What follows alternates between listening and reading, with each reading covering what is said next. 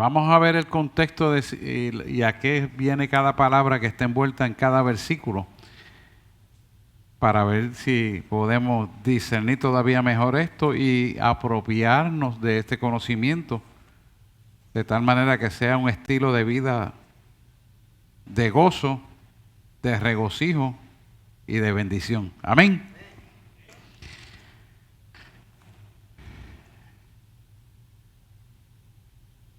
Vamos a ver Romanos 8:10, ¿verdad? Comienza con una afirmación que dice así: pero si Cristo está en vosotros, ¿verdad? El cuerpo a la verdad está muerto a causa del pecado. Fíjese que para establecer una comunicación del concepto, le dice, pero si Cristo está en vosotros, el cuerpo a la verdad está muerto a causa del pecado. Porque el pecado mora en la carne, y si nosotros estamos dominando en el Espíritu, entonces reafirmamos el contexto claro de que el Espíritu Santo nos guía, porque toma dominio. Amén. ¿Lo ven, verdad?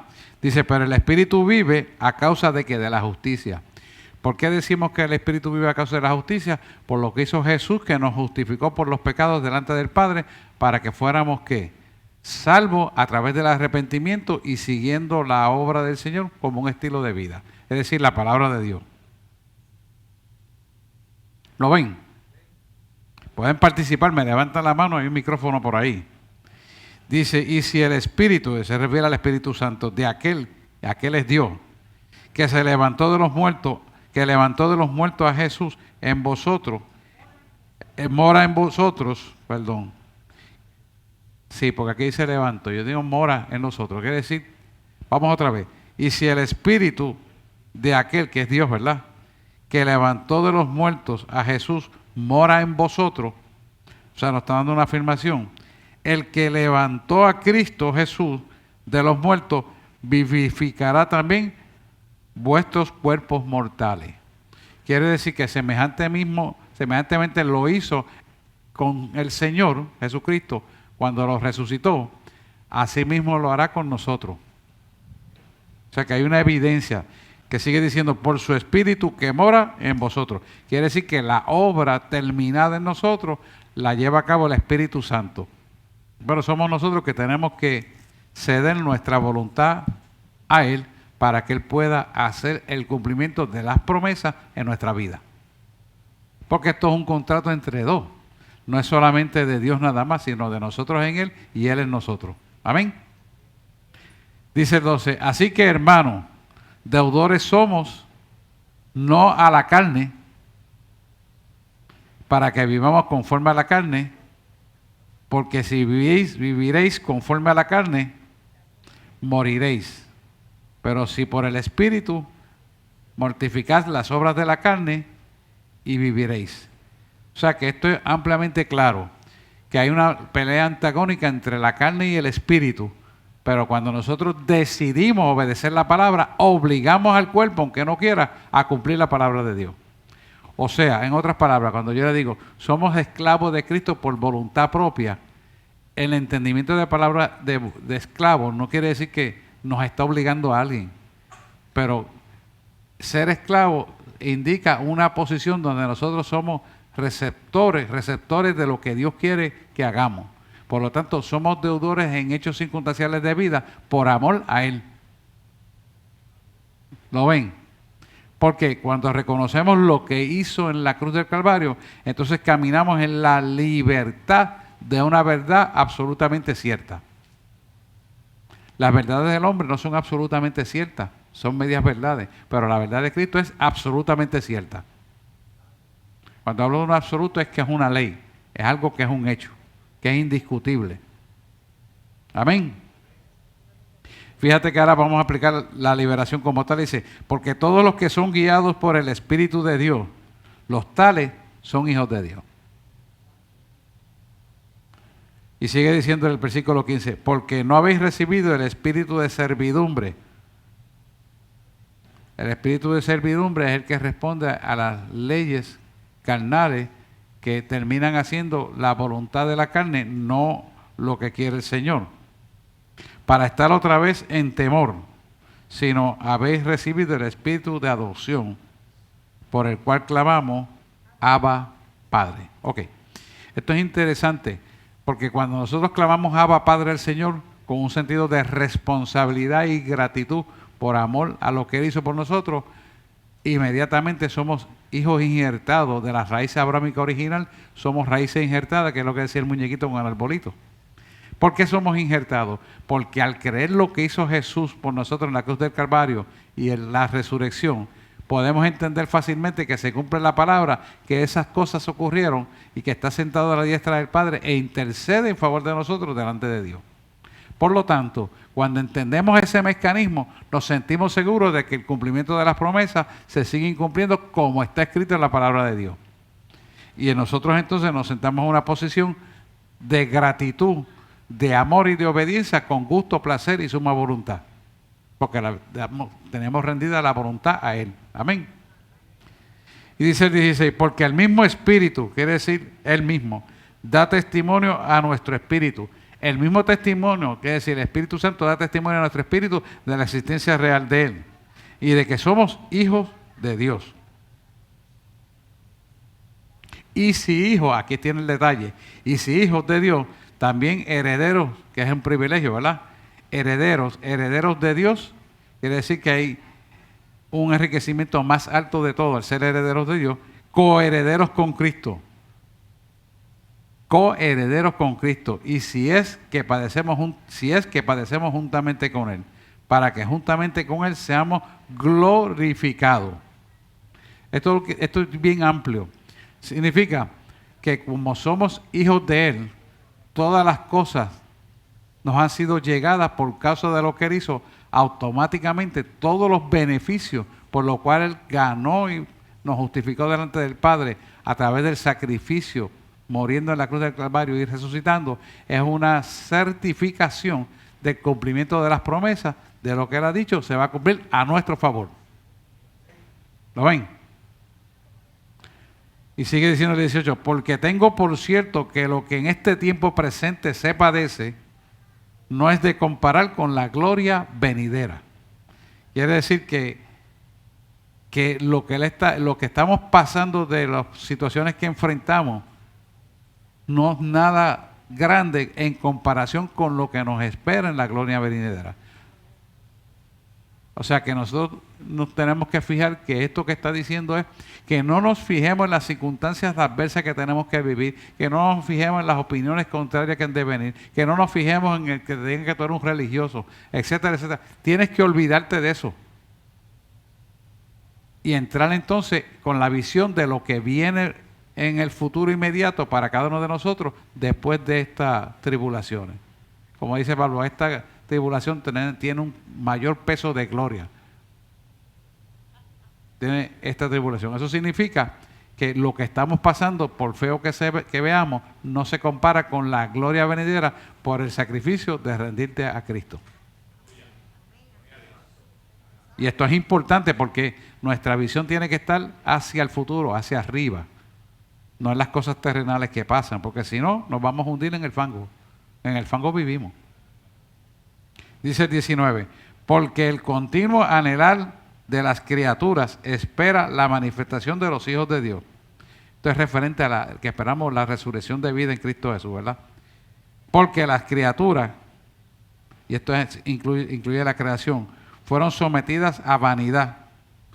Vanidad es la caída adámica y la caída que opera en la carne, que te quiere llevar a caer a las cosas pasionales, donde están las emociones ligadas y Dios no está. No por su propia voluntad, sino por causa de aquel que la sujetó en esperanza. Esto se refiere a Dios mismo a través de lo que hizo con Jesús. Cuando Él hace esto, quedó condenada la obra de Satanás por completo. Eso en Colosenses es interesantísimo y espero que lo podamos dar este mismo año.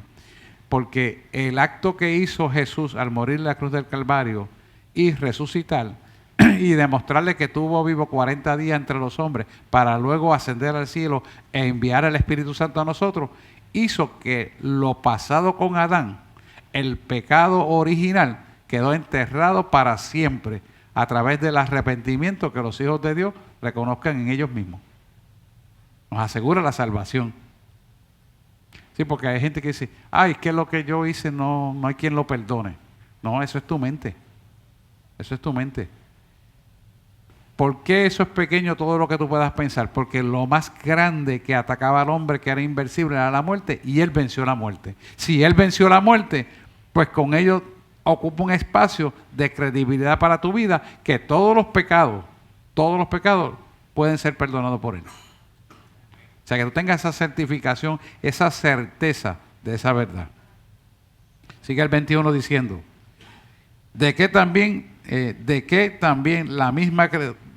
porque también la creación misma será libertada de la esclavitud de corrupción a la libertad gloriosa de los hijos de Dios.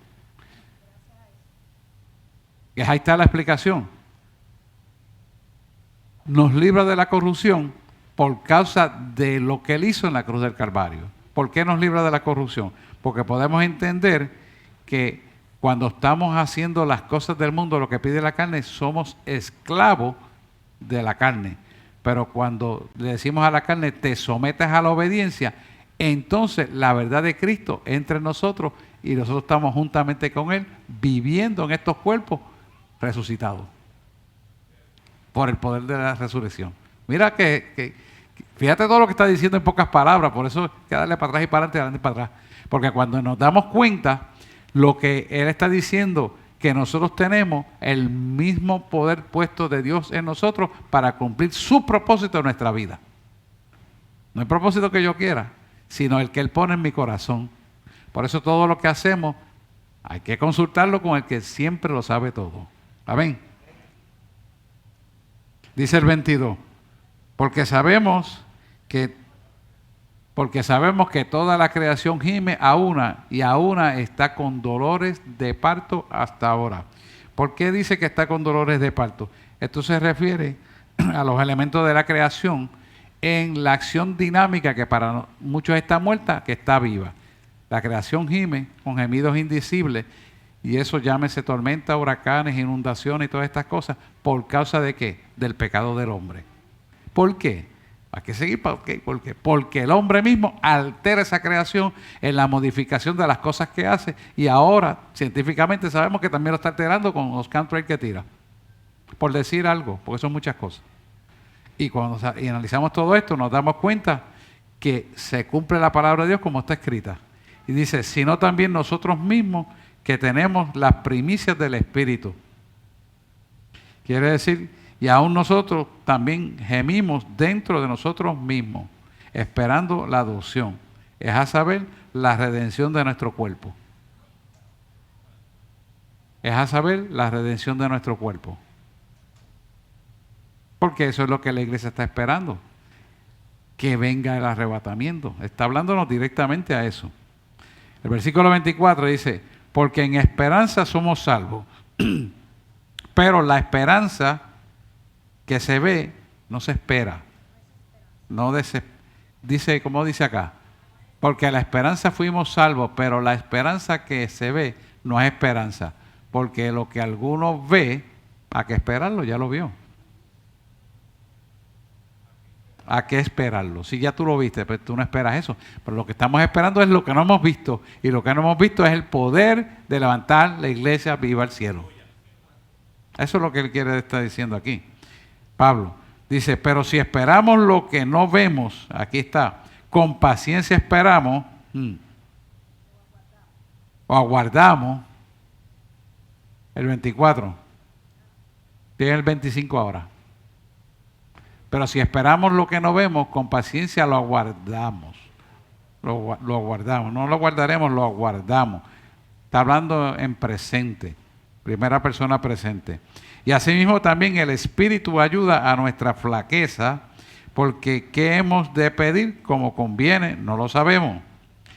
Señala que cuando pedimos a veces, como no tenemos el alcance del conocimiento de los eventos futuristas, a veces pedimos equivocadamente. Eso es lo que está diciendo aquí. Pero el mismo Espíritu, quiere decir el Espíritu Santo en nosotros, pide por nosotros con gemidos indecibles. Y esto es interesante porque él está relacionando la perfección de nuestros pedidos a través del Espíritu Santo que opera en nosotros para llevarnos a una dimensión superior de lo que pedimos y que seamos bendecidos. Porque a veces pedimos cosas que no convienen y Él las aguanta y cuando las suelta es cuando las debemos tener. Amén. Y dice el 27, pero el que escudriña los corazones, más el que escudriña los corazones, sabe cuál es la intención del Espíritu, porque conforme a la voluntad de Dios intercede por los santos. O sea que nos está llevando a una dimensión de pedir conforme a su Espíritu para otorgarnos lo que estamos pidiendo. De manera que lo que pidamos sea de bendición para nosotros, no de maldición. Sea para vida y no para muerte. Eso es lo que quiere decir Pablo aquí. Entonces, en el próximo 28 es la parte de los vencedores. Eso somos nosotros, hermanos. Y sabemos que a quienes ama a Dios, y sabemos que a los que aman a Dios, todas las cosas ayudan para bien. Esto es lo que conforme a su propósito son llamados. ¿Por qué dice conforme? Esto es por los que conforme a su propósito son llamados. Porque cuando otorgamos un pedido, cuando entregamos un pedido y lo decimos en el nombre de Jesús, se lo estamos pidiendo a Él. Lo estamos pidiendo para que Dios lo conceda en beneficio de nosotros. Por eso a veces las cosas tardan más y no ocurren en el momento y otras ocurren rápido porque son necesarias. ¿Por qué eso es así? ¿Por qué el eterno es así? Eterno significa tiempo. Porque el sazones de los tiempos y de los que van a concluir y ocurrir, Dios lo sabe y Dios otorga las cosas que pedimos conforme a la voluntad de Él. Y es que conforme a la voluntad de Él es para nuestro beneficio. Amén. Y 29 dice, por los que antes conoció, también los predestinó para que fueran hechos conforme a la imagen de su Hijo, para que Él sea el primogénito entre muchos hermanos. Ese debe ser en letra mayúscula. Aquí está en letra mayúscula, ahí está en letra minúscula. Para que Él sea. Eso se refiere Jesús. Él sea. Vamos a explicar esto un poquito. Porque los que antes conoció, también los predestinó. Él nos conoció a nosotros antes de la existencia real. Porque antes de que existiéramos, ya existíamos en el corazón de Él. Mira la inmensidad de la grandeza del poder y la autoridad de Cristo. O sea que antes que nosotros fuéramos una materia que nos pudiéramos ver, ya en el Espíritu existíamos. ¿Pueden ver eso? Te tiene que darse cuenta de la grandeza del Dios que le servimos. O sea que, en otras palabras, tú y yo estábamos en el corazón de la mente de Cristo y se materializó real en un tiempo deseado y postulado por Él, que es el tiempo que nos tocó nacer y vivir en la época que nos tocó vivir. Ya Él lo tenía diseñado para hacerlo así. Porque para Él, sea el primogénito entre muchos hermanos. Déjame ver, 29 está ahí, ¿verdad? La imagen del Hijo para que Él sea el primogénito entre muchos hermanos. ¿Ustedes entienden eso? Nosotros fuimos creados a la imagen y semejanza de Cristo. Y Él es, ¿verdad? Cuando dice, para Él sea el primogénito entre muchos hermanos, que es el primero de todos. ¿Por qué es el primero de todos? Porque la Trinidad, Padre, Hijo y Espíritu Santo son uno. Y existieron antes que nada. Y después de ellos nada, ni antes tampoco hay nada. Eso habla de la existencia real, de las cosas que no son, para que sean hechos por el poder de Él a una realidad contextual que tú y yo vemos.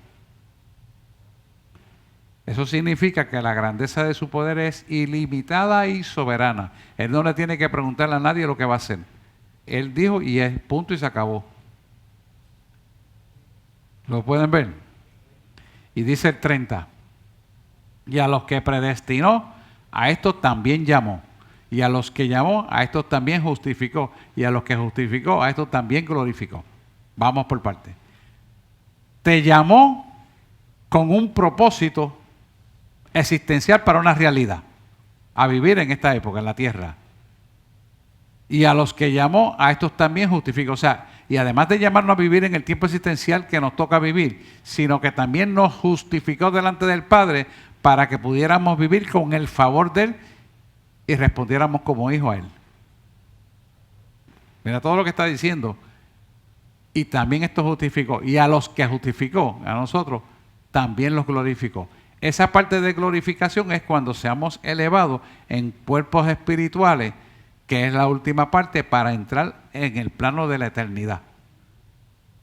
O sea que Él mandó una semilla que se cultivara con un propósito para que recibiera la bendición de la justificación y después recibiera el cuerpo glorificado. Las tres cosas hizo. Nosotros estamos en el 4, nosotros estamos en las primeras 3. Nos falta la glorificación, que es irnos vivos para el cielo. ¿Lo ven? Interesante, ¿verdad? En pocas palabras todo lo que dice. Entonces vamos al 31. Lo voy a leer de ahí más fácil. ¿Qué pues diremos a esto? La pregunta, ¿qué pues diremos a esto, Pablo? Si Dios es por nosotros, ¿quién contra nosotros? O sea, si Él te llamó de la existencia no es real a una existencia real que tú lo pudieras ver, ¿quién podrá destruir la obra de Dios? Nosotros mismos. Nadie más nos puede destruir. Si nosotros hacemos las cosas como Él quiere, pues nadie nos puede destruir. ¿Me entiende eso?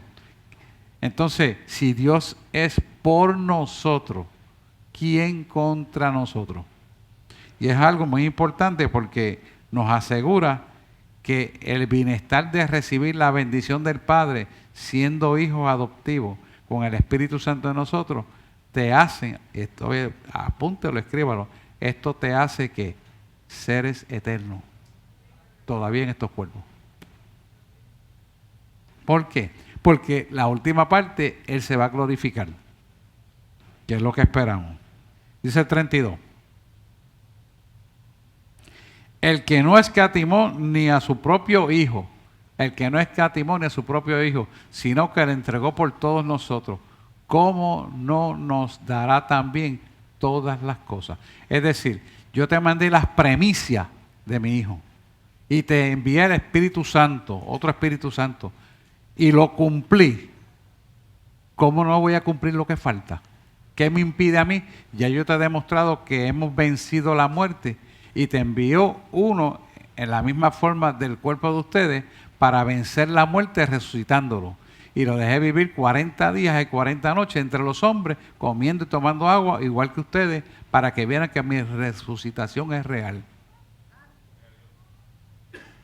Entonces, cuando tú entiendes esto y te pones a pensar, pero es que aquel cuerpo muerto, ya las células estaban muertas, no había líquidos en ese cuerpo. Él lo levantó y lo resucitó y lo dejó vivir 40 días entre los vivos y él estaba vivo. Pero mira una característica importante para que se lleve esto en su mente. Cuando él entra al aposento alto, donde están todos orando, la palabra describe,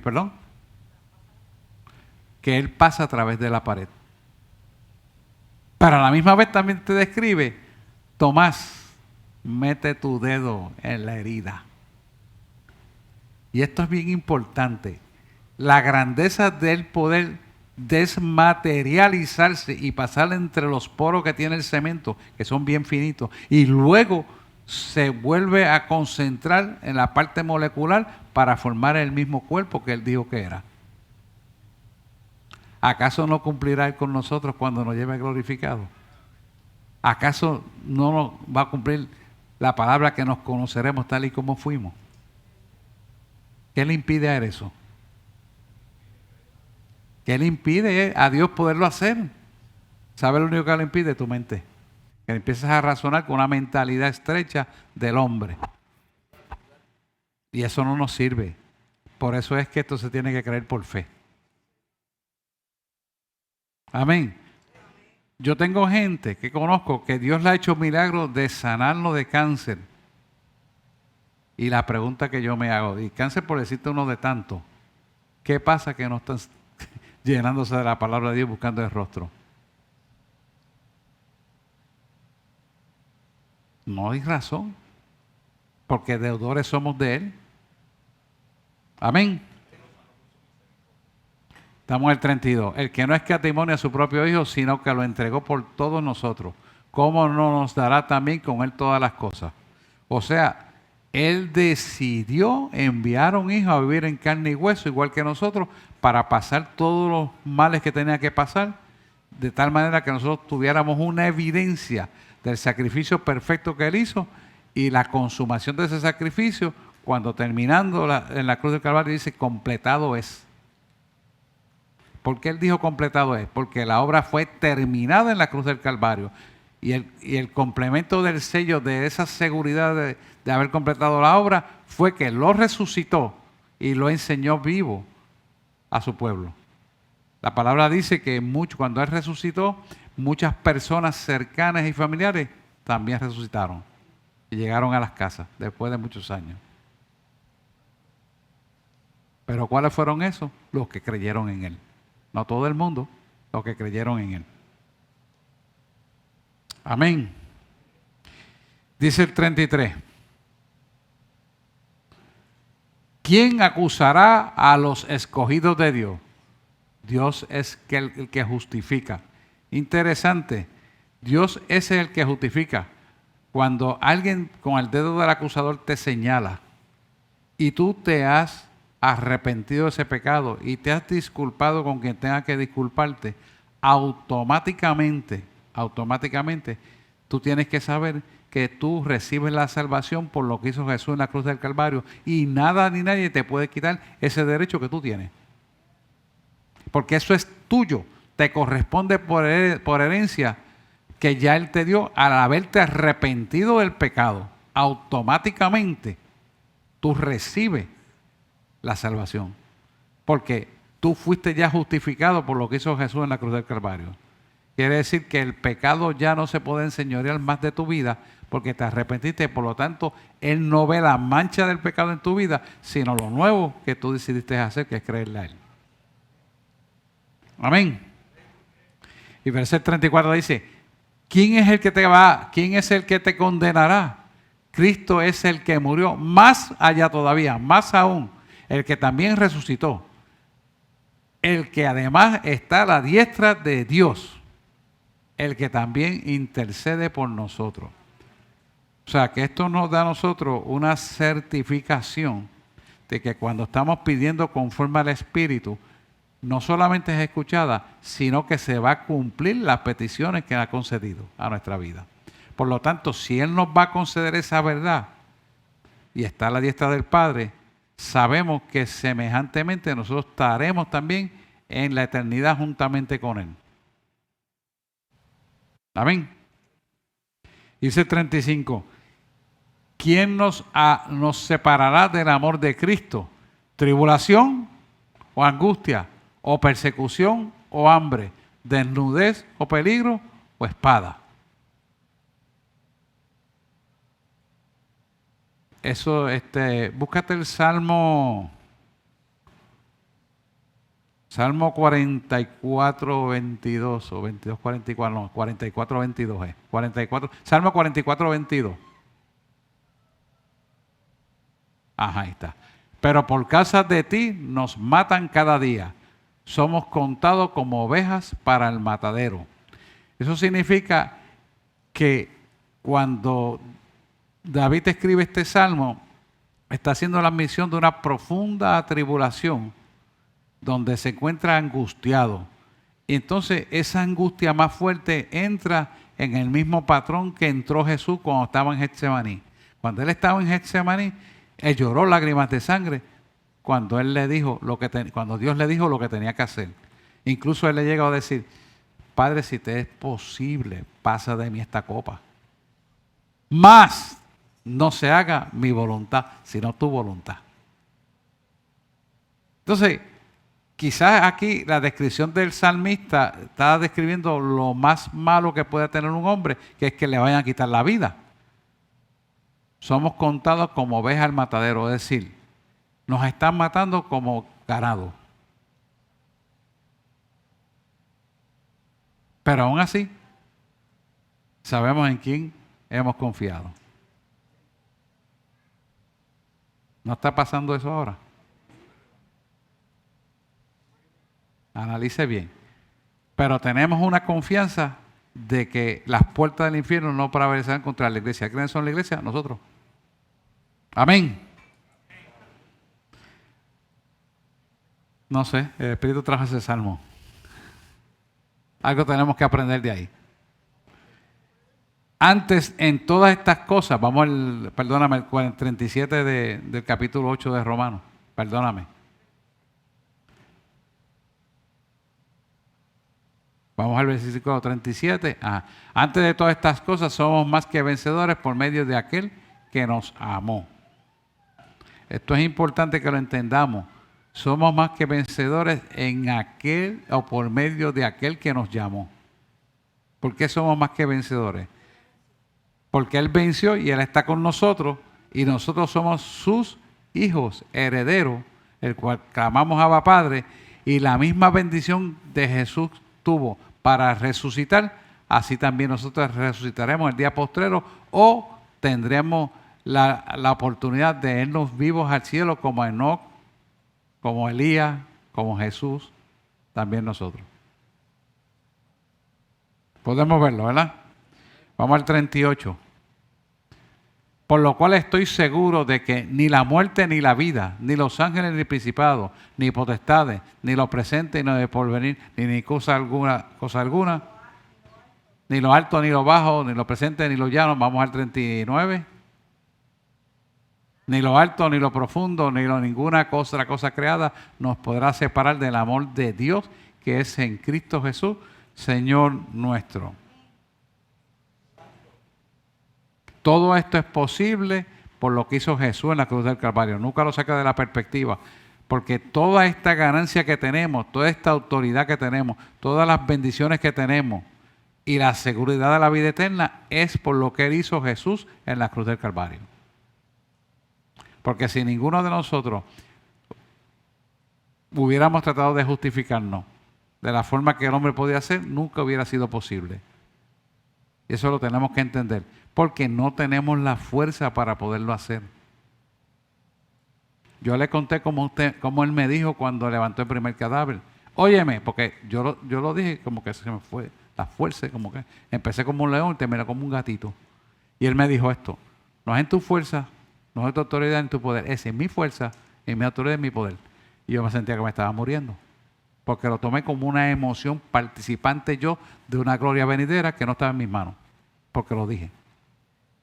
¿Me entiendes?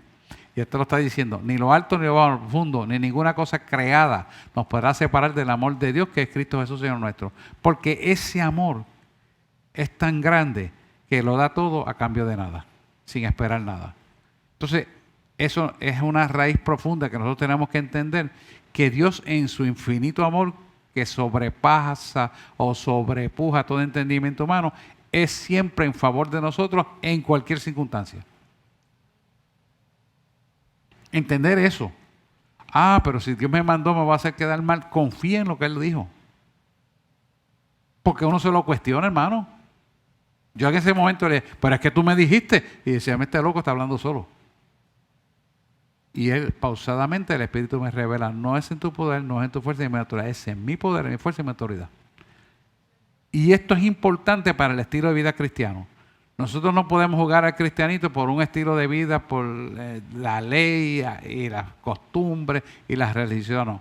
Lo tenemos que hacer porque el vínculo amoroso del amor de Cristo en nosotros produce una conducta casta y sana, que es nuestro culto racional delante de Él. O sea que el testimonio diario de nosotros es lo que habla de que Cristo vive en nosotros. ¿Lo ven? ¿Estamos aquí? Están muy calladitos. Vamos. Vamos al capítulo 9 entonces ahora, ¿verdad? Este capítulo 9 trata exactamente del rechazo. Dice: verdad digo en Cristo, no miento, y mi conciencia me da testimonio en el Espíritu. Quiere decir que estaba hablando palabras guiadas por el Espíritu Santo, ¿verdad? Que tengo gran tristeza y continuo dolor en mi corazón, porque deseara yo mismo ser anatema, pecado, separados de Dios, por amor a mis hermanos, los que son mis parientes según la carne. O sea, él está diciendo que él no quisiera caer en el pecado, esto es directo para Israel, no quisiera caer en el pecado de la idolatría que hay en sus hermanos israelitas, porque Pablo tenía ciudadanía romana, pero era israelita de por sí.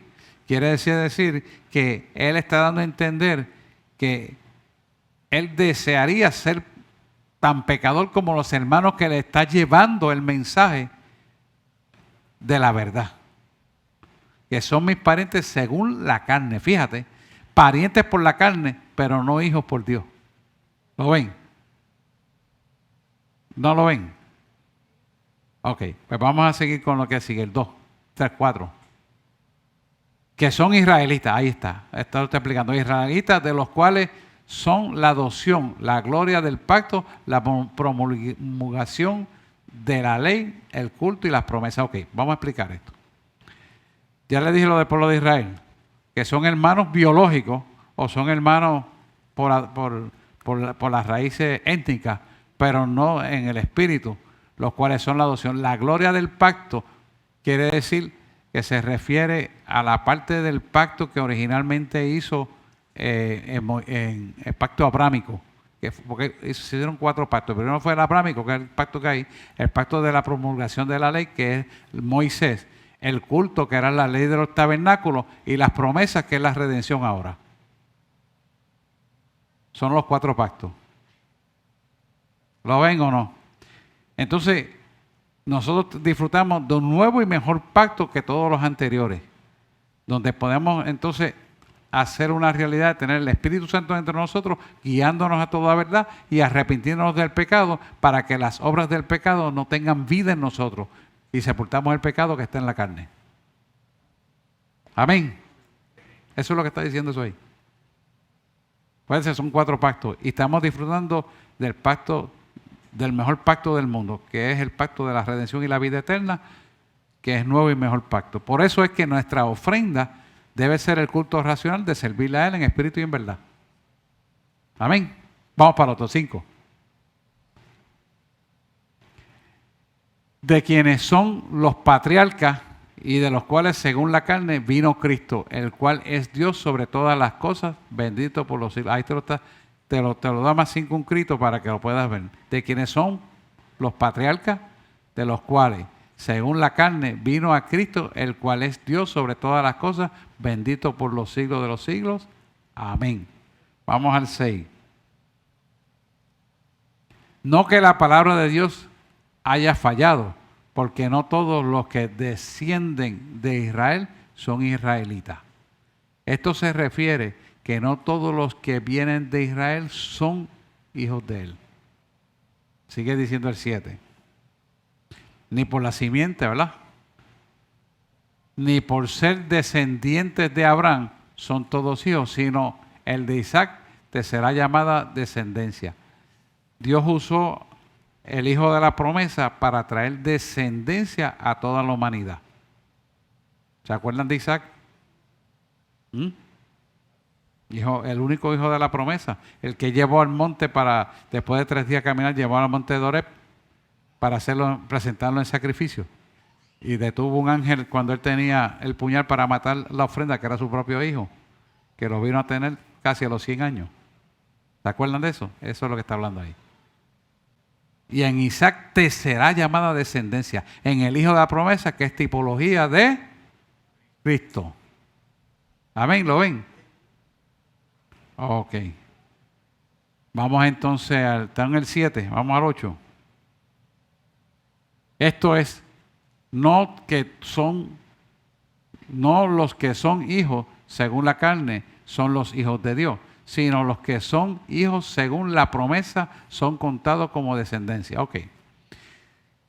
Los que son según la promesa contados con descendencia se está aplicando exactamente a la obra redentora de Cristo en nosotros, que no porque no seamos judíos, sino que somos insertados como raíz abrámica para la herencia abrámica, porque el Espíritu Santo que opera en nosotros nos hace funcionar conforme a la voluntad del Padre. Y automáticamente nos entra en la herencia abrámica. Somos raíz insertada en el tronco original. ¿Lo ven? Porque lo que está llamando a la raíz de la inserción es a la pertenencia del Espíritu Santo que nos dejó en nosotros, que nos hace ser herederos y coherederos juntamente con Cristo. ¿Lo ven o no? No me pregunten, pregúntenme. ¿Estamos claros? Pues vamos con el 9.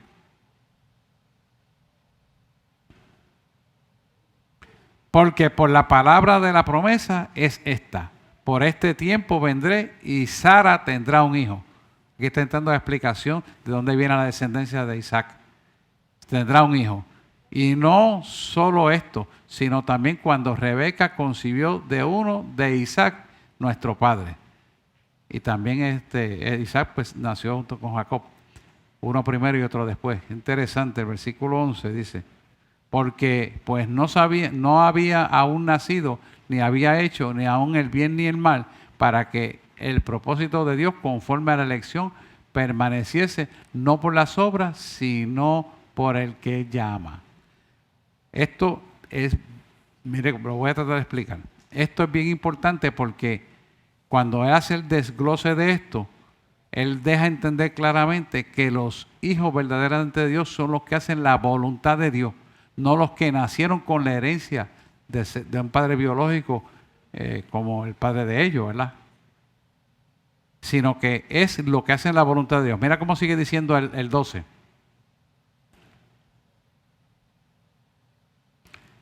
Se le dijo, el mayor servirá al menor. Hay que buscar a Génesis 25, 23, por ahí más o menos, 23, ¿verdad? Y él le respondió a Jehová. Sí, y le respondió Jehová, sí, 2 naciones, hay uno en tu seno, y los 2 pueblos serán divididos desde tus entrañas. El de un pueblo será más fuerte que el otro pueblo, y el mayor servirá al menor. Es al revés. Usualmente el menor sirve al mayor, pero aquí el primero que nació no fue Isaac. Por lo tanto, fue Jacob. Y Jacob entonces tuvo un pueblo, supone que sea menor, el pueblo de Jacob era más rico, más millonario y más fuerte. ¿Perdón?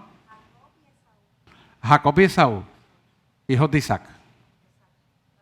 Es que lo dije mal. Vamos, ayuden. No, es Esaú y Jacob. Pero lo importante, a lo punto que quiere explicar Pablo aquí es lo siguiente. Que usualmente se sigue el orden biológico para el comando de la bendición, pero aquí se invirtió porque cuando estudiamos en profundidad la mentalidad de Jacob estuvo cónsono con la de Dios y la de su hermano Esaú no estuvo cónsono. Esaú creó el pueblo de los edomitas y los edomitas eran contrarios al propósito de Dios. Bien distantes. Hoy en día son los árabes. ¿Lo ven? ¿Por qué él está haciendo esta explicación? Porque normalmente no es así, pero aquí se invirtió por el hecho de que Dios sabía ya lo que iba a ocurrir y los puso de esa manera. Vamos a seguirlo, vamos a entender ahora. Vamos otra vez al versículo 13 porque se trata de la actitud. Dice, como está escrito, a Jacob amé más, más a Esaú aborrecí, así es. Como está escrito, a Jacob amé, más a Esaú aborrecí. Búscame Malaquía 1, 2 y 3, ¿verdad? Búscate Malaquías 1, 2 y 3 que va a aclarar este punto.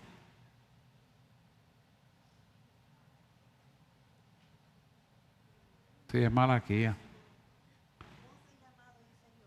Yo os he llamado, dice Jehová, y dijiste, ¿en qué nos amaste? No era Esaú hermano de Jacob, dice Jehová, y amé a Jacob. O sea, que puso el orden del servicio de uno y otro, determinante, lo puso Dios. Y la gente dice, no, pero lo que pasa es que la mamá lo amaba más y lo alcahueteaba y a aquel lo tiraban para la calle y para la calle. O para el campo. No, ya Dios lo tenía determinado que iba a suceder de esa manera, porque hay un propósito. Vamos al próximo versículo, que es el 14. Y hay un cuestionamiento. ¿Qué pues diremos? ¿Que hay injusticia en Dios? En ninguna manera. En ninguna manera. Sigue diciendo el 15. Pues a Moisés dice, tendré misericordia del que yo tenga misericordia y me compadeceré del que yo me compadezca. Él es soberano. Él no tiene que preguntar a nadie lo que tiene que hacer, porque en sí es la eternidad. La eternidad significa que tiene la dispensación de los tiempos para determinar lo que Él quiere hacer. Por eso es que tenemos que alinearnos en la forma de pensar. Nos conviene que nos alineemos en la forma de pensar de Dios. Porque Él siempre tiene el poder, la autoridad. Y lo bueno de esto es que está a favor de nosotros, que pensamos como Él, que actuamos como Él, que lo consultamos a Él, que esperamos en Él. Amén. Vamos al 16. Así que no depende del que quiere ni del que corre, sino de Dios que tiene misericordia. Está diciendo aquí que se refiere a las obras que haga. Lo que te apresures a hacer en obra, ni que avances más, sino lo que Dios dijo que había que hacer. De ese es la misericordia. Es obediencia, lo que está viendo es obediencia a través de esto. 17. Ese capítulo está el 18, ¿verdad?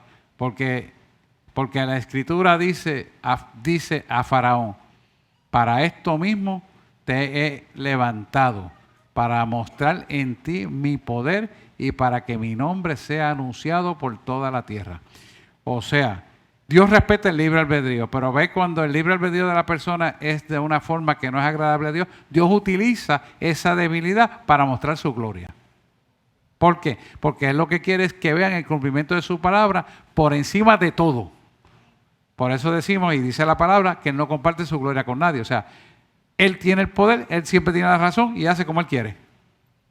Y nosotros tenemos que sujetarnos a Él. Por eso decía el domingo, el hombre propone, pero solo Dios dispone. Dios determina siempre. 18. De manera que de quien quiere, tiene misericordia, y al que no quiere endurecer, endurece. En verdad, déjame decir como lo dice aquí, dice. De manera que el que quiere, tiene misericordia, y al que quiere, él endurece, o sea, lo hace terco. O sea, esto es bien fuerte, ¿verdad? Porque el hombre terco, ¿qué es lo que tiene que hacer? Desobedece a Dios. Por eso es terco. Me endurece, es más fácil terquedad, es más fácil de entender. Sí. Pues vamos al 19. El 19 trata de la justicia y la misericordia. El 19 en adelante. Pero me dirás, ¿por qué pues inculpa y por qué quién ha resistido a su voluntad? Cuando la persona es terca, que no quiere vivir bajo la obediencia a la palabra de Dios, entonces Él le hace ver a entender la persona a través de las circunstancias que está pasando, la terquedad de la falta de obediencia. Porque el ser humano le gusta imponer su criterio. Porque yo quiero, porque yo sé, porque es que lo que yo tiene que ser lo que yo quiero, porque estaba esperando por esto. Y a veces peleamos porque Dios no me lo da. Pero solamente Dios sabe por qué no te lo da en el momento que tú lo pides. Eso no quiere decir que después no te lo dé, te lo puede dar después. Porque ciertamente Él ve los anhelos de nuestro corazón y Él quiere complacerse. Pero pedimos a veces en el momento que Dios no quiere concederlo. Y cuando miramos a ver, mira, no me convenía, ahora mira lo que pasó. Si hubiera pasado por ahí, me hubiera matado. Empieza tú entonces a lamentarte cuando ves que Él te quería llevar por una realidad, pero tú seguiste imponiendo tu criterio. Eso fue lo que le pasó a Faraón. Después que lo iba a dejar ir al pueblo de Israel, le daba para atrás, porque se arrepentía de perder la mano de obra gratuita que estaba recibiendo. Sí, porque Faraón lo que pagaban era la comida y ya. Y tú trabajas por ahí como un esclavo. Entonces, él endureció el corazón de Faraón. ¿Para qué? Para él glorificarse a través de la vida de los israelitas, produciendo hasta lo último muerte en los primogénitos del Faraón. ¿Lo ven? Para ellos finalmente Dios demostrarle que por encima del más fuerte Él tiene poder superior a todo. Esa es la idea de eso. Dice el 19:20. Mas antes, oh hombre, ¿quién eres tú para que alterques con Dios? Dirá el vaso de barro al que lo formó, ¿por qué me has hecho así? El estudiante le quiere decir al maestro. Sí, y nosotros a veces cometemos esos errores, hermano. Esto parece muy bonito ahí, pero cuando usted lo aplica aquí, usted se da cuenta que a veces usted quiere torcer el brazo a Dios. No quiere esperar que Dios haga, no quiere sentarse ahí, no, que lo quiere para ayer, porque nacimos en microondas, vivimos en microondas y morimos en microondas. No, Dios no es así. 21. ¿O tiene potestad el alfarero sobre el barro para hacer de la misma masa un vaso para honra y otro para deshonra? Dios lo hace para honra, pero nosotros somos los que deshonramos. Vamos al 22. ¿Y qué si Dios, queriendo mostrar su ira y hacer notorio su poder, soportó con mucha paciencia los vasos de ira preparados para destrucción? Y esto, cuando usted lo lee en escatología, se da cuenta que esto es proporcional a los tiempos por misericordia, porque si no lo hubiera acabado antes. Y exactamente cuando usted ve las cosas que están aconteciendo hoy en día, se pone en el tiempo y espacio de las cosas que están haciendo y cómo se están deteriorando a la gente y cómo está el gobierno sin compasión, aplastando, permitiendo la subida de la luz, permitiendo la subida de la gasolina, escaseando los alimentos, sacrificando a la gente acuartelada en las casas, etcétera, etcétera, etcétera. Entonces se da cuenta que Dios no está en el asunto. Y Dios lo está mirando. Por eso, explicando esto claramente, paciencia los vasos de ira preparados para la destrucción. Él está viendo la ira, pero la ira Dios la permite hasta un nivel. Cuando llega al nivel máximo, viene la destrucción.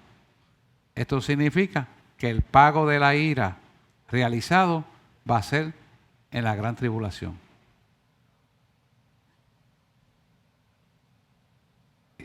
Seguimos al 23.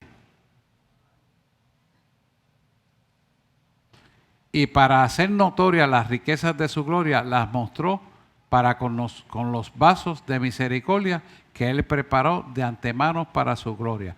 O sea, que Él prepara unos vasos para mostrar su gloria. ¿Quiénes son esos vasos? La iglesia. La iglesia. 24, vamos. A los cuales también ha llamado, a esto es, a nosotros, no solo los judíos, sino también a los gentiles. Sí, así es. Ahí está incluyéndose a él mismo también. Vamos al 25. Como también en Oseas dice, llamaré pueblo mío al que no era mi pueblo y a la no amada, amada. Ahí entramos específicamente en nosotros mismos. Búscate Oseas 2.23.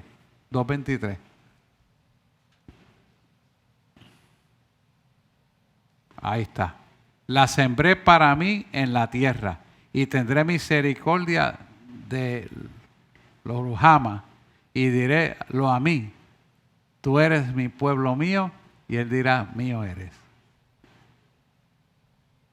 O sea que él está diciendo a través del profeta menor Oseas que yo voy a sembrar algo que va a producir en ti un conocimiento de esta verdad.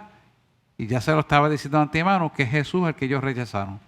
¿Y a quién se los mostró? Por eso Pablo tuvo que ser reclutado de la forma que fue reclutado, para que nos llevara el conocimiento a nosotros como gentiles. que es el Nuevo Testamento que tenemos.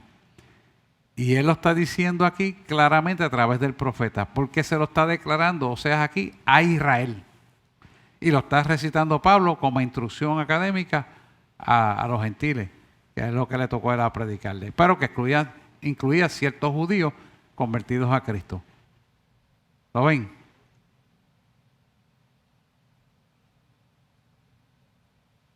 También está el 26. No. En Oseas 2:26. No, Oseas 1, 9 y 10. Oseas 1, 9 y 10. Oseas 1, 9 y 10. Mira a ver. Oseas 1, 9 y 10. Mira a ver si tú lo tienes ahí. Y dijo Dios, ponle nombre a lo a mí, porque vosotros no sois mi pueblo, ni yo seré vuestro Dios. Dice, y será en el lugar donde le fue dicho, vosotros no sois pueblo mío, y allí serán llamados hijos de Dios, viviente. Ahí está, viviente. Dilo, pastora. Ah. ¿Y el otro?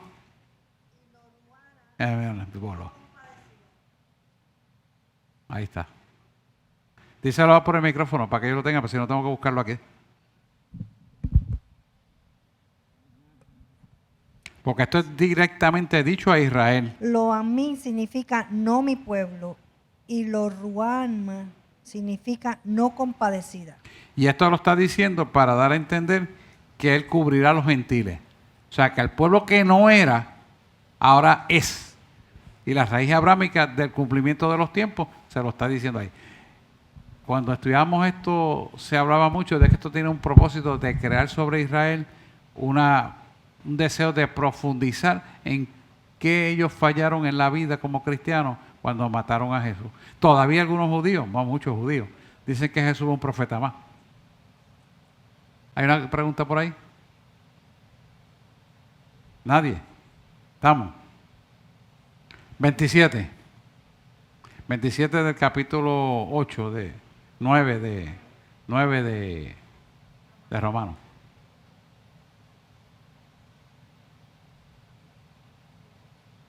Y también Isaías clama tocante a Israel.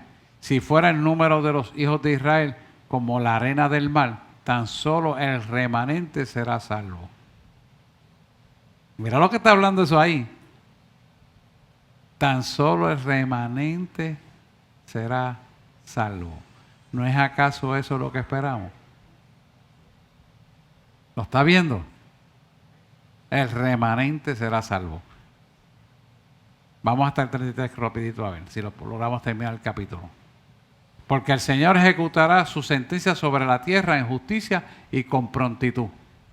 Eso es lo que esperamos, pero la iglesia va a ser levantada antes. Y como antes lo dijo Isaías, si el Señor de los ejércitos no nos hubiera dejado descendencia, entonces dice, como Sodoma habríamos venido a ser y como Gomorra seríamos semejantes. Quiere decir que antes que siga la corrupción avanzando, Él va a levantar su pueblo. Mira el 31.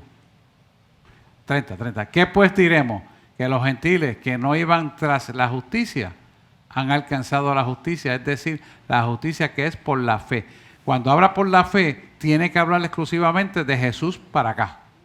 O sea, que eso es para nosotros y ellos que se quieran unir. Y el 31, más Israel, que iba tras una ley de justicia, no lo alcanzó. Lo ven claramente, 32. ¿Por qué? Porque iban tras ella, no por fe, sino como por obras de la ley, pues tropezaron en la piedra de tropiezo. ¿Quién es la piedra de tropiezo? Jesús. Tropezaron y cayeron y siguieron haciendo la idolatría y las poca vergüenza. 33. Como está escrito, he aquí, pongo en Sión piedra de tropiezo y roca de caída.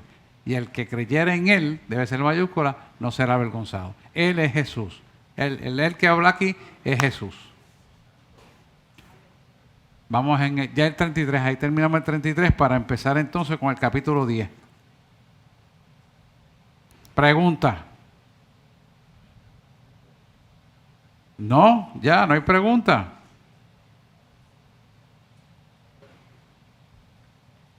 ¿Les gusta así o les gusta de otra manera más narrativa? ¿Está bien así? Pues vamos a orar por... Tenemos pendiente de orar por alguien. ¿Qué era? Ah, Marta, mírala allí. ¿Y quién más? Polo, que va para mañana. Y Yadira, ok.